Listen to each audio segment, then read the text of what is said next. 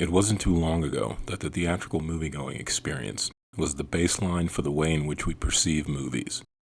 Even the term, let's go to the movies, implies that you are going to a theater to see a film, not someone else's house to watch the latest streaming content. I'd bet if you asked most people why they like going to the movies, you'd get answers ranging from, I like how big the screen is and how loud the sound gets, to, the movie is much more memorable that way, to, I like the smell of popcorn and being with a big crowd. The point is, there is something primal about seeing your favorite movie stars on the big screen, especially if they're running from dinosaurs and tornadoes. The movie business has changed so radically in the last 10 years, and while a thorough examination of the reasons why would take too much time for one video, I'll do my best to give a Cliff's Notes version of why we've seen such drastic change in such a short amount of time. I'd say the biggest reason is one that is not so obvious, but it has to do with the way Hollywood has treated its one commodity. At the end of the day, movies are an art form. They may have their origins in a business venture, but in 20 years, no one cares what a movie made at the box office. And those who financed, greenlit, and made the film may not even have the same job title, or even be in the business anymore. And yet, the film remains.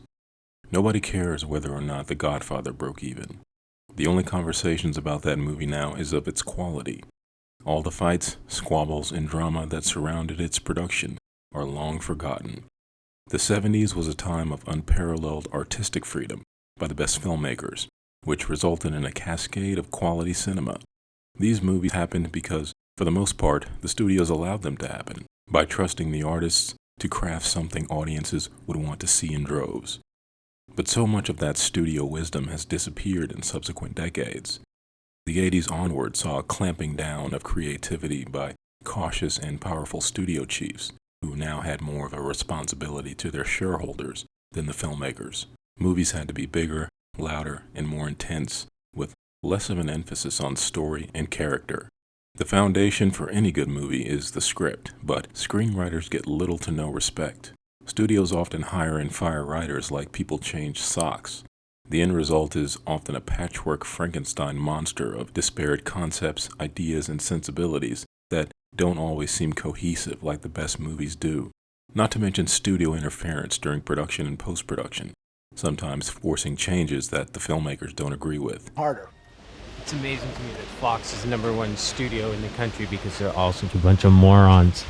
The result can be severely compromised visions, which leads to lackluster results on screen. And of course, even the best filmmakers, when given all the control in the world, can make a disappointing movie. There are no guarantees, but you cannot get ahead without taking risks. And Hollywood has become so risk-averse that their output has suffered, and people no longer want to risk their hard-earned money on increasingly high gas, parking, concession items, and ticket prices to go to the movies. Not to mention the possibility of running into talkers and texters in the theater. Movies are increasingly becoming not worth the hassle. They'd rather wait for streaming, where they have far more control over the experience, and it's a lot cheaper to boot. Also, the pandemic undoubtedly contributed to audience hesitancy to return to theaters. And some people just got so used to watching movies at home, they stay away from theaters purely out of habit.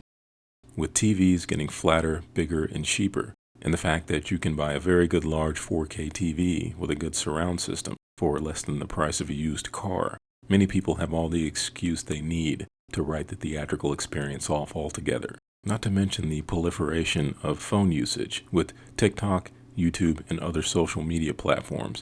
Many people spend so much time lost in these digital worlds that they don't have any extra time to visit a theater. And let's face it, some YouTube content is far more compelling than your run-of-the-mill movie these days. It's sad to say, but while Hollywood has been slacking off, their competition in the form of these other platforms has gained serious traction with consumers. For many of them, there's no going back. They may trek to the theater once a year to see a Barbie or Oppenheimer-level spectacle, but that's it. Streaming movies have been a part of our reality for quite some time now, and the business has seemed to continue trucking along like usual, but the entire industry has been fraying at the seams, and there have been telltale signs lately that things are not as they seem. The recent writer strike and studios laying off thousands of employees has done far more damage to the business than some are willing to admit, all but decimating Hollywood's middle class. The studios are clamping down on budgets left and right and reducing their overall output. Streamers like Netflix and Apple, who were once willing to play ball theatrically, seem to have done a 180 and are now more than ever focused on releasing movies direct to streaming. But the straight-to-streaming release of WOLFS represents a watershed moment in the industry, in my opinion, and it isn't as trivial a development as it may seem. George Clooney and Brad Pitt are two of Hollywood's biggest stars, the town's golden boys. Between them, they represent the old Hollywood star system, where movie releases were a lot simpler and more straightforward. You got Pitt or Clooney to star in your movie, and you were guaranteed a theatrical release. But even deeper than that, they represent a kind of class, style, and elegance, and exclusivity that was once reserved for only the elitist of the elite in Tinseltown. You see, Pitt and Clooney understand a fundamental truth of how fame works, and why it works so well for those who utilize it. There is a kind of mystique to fame that speaks to a lack of access. You see, if there is one thing social media represents, it's a lack of mystique. It's about constant and unfettered access to virtually any person or topic. And this is why Clooney and Pitt have avoided social media entirely, because they understand that you can't be a true star and available all the time. Normal people are available all the time. True stars are not. This is something Hollywood used to understand before the age of tech. They used the mystique and lack of access to their stars to their advantage. It gave the movies and its stars a kind of glamour that was spellbinding to your average person. You didn't know what Humphrey Bogart or Bette Davis had for breakfast this morning. You weren't invited into their living room or bedroom for a talk about their problems. If you wanted to see them in their full movie star glory, you had to go to the movies. With many of today's stars plastering themselves all over social media, this mystique is all but gone, and audiences now lump them into the same category as your average reality TV star or YouTube content creator.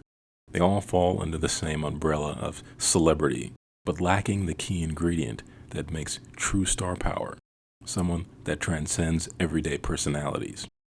I'd argue what George Clooney argues about the star system. He said, you can't be a star and be available all the time. Clooney does a pretty good job of keeping his visibility limited to red carpet events, paparazzi photos, and press junkets for the films he makes. He makes sure that his presence is tied almost exclusively to his films. The same can be said of Brad Pitt. When Apple announced that the previously assumed theatrical run of their new film WOLFS was canceled in favor of a streaming-only release, it barely made a dent in the cultural conversation. But I found the news rather shocking. Clooney and Pitt's combined star power should have been enough to secure a theatrical run. 10 years ago, this would have been unthinkable. While Clooney and Pitt don't have a ton of box office numbers behind them compared to stars like Tom Cruise, it didn't matter because of the aforementioned effort on their part to retain the mystique that created the perception that they were major stars. But you know what? One bad movie can be overcome. Look at Colin Farrell. He's overcome dozens of them because the perception of him is he's a movie star. And what's the perception of me? That you don't give a fuck. And they still are stars, but with the mystique now gone and streamers caring less and less about the theatrical experience, I suppose it was only inevitable that this would happen. WOLFS is a smaller scale film. There aren't aliens or orcs or space battles or tornadoes. It's a simple comedy thriller with just a few locations, and this is the kind of movie that you would expect to go straight to streaming these days if it didn't feature two of Hollywood's biggest stars. Back in the day, before theaters were clogged with big-budget event films, Hollywood would still make and theatrically release smaller movies like WOLFS, as long as they had the kind of star power audiences would pay money to see. It was one of the last signs that the business was still the one we've come to know over many decades. With WOLFS not getting a theatrical release, it shows that Hollywood no longer gives these smaller movies the benefit of the doubt. It's a new sign, one that signals the end of old Hollywood and the beginning of a new Hollywood. I'm torn on whether this is a positive or negative, and I still don't know what the final form of this new Hollywood looks like. Let me know in the comments what you think and what your movie-going habits are. Do you still go to the theater as often as you used to? Do you go at all? Or do you rely more on streaming to feed your movie-going appetite? If you enjoyed this video, consider hitting the like and subscribe button, as I'll be posting more content in the future. Thanks for watching.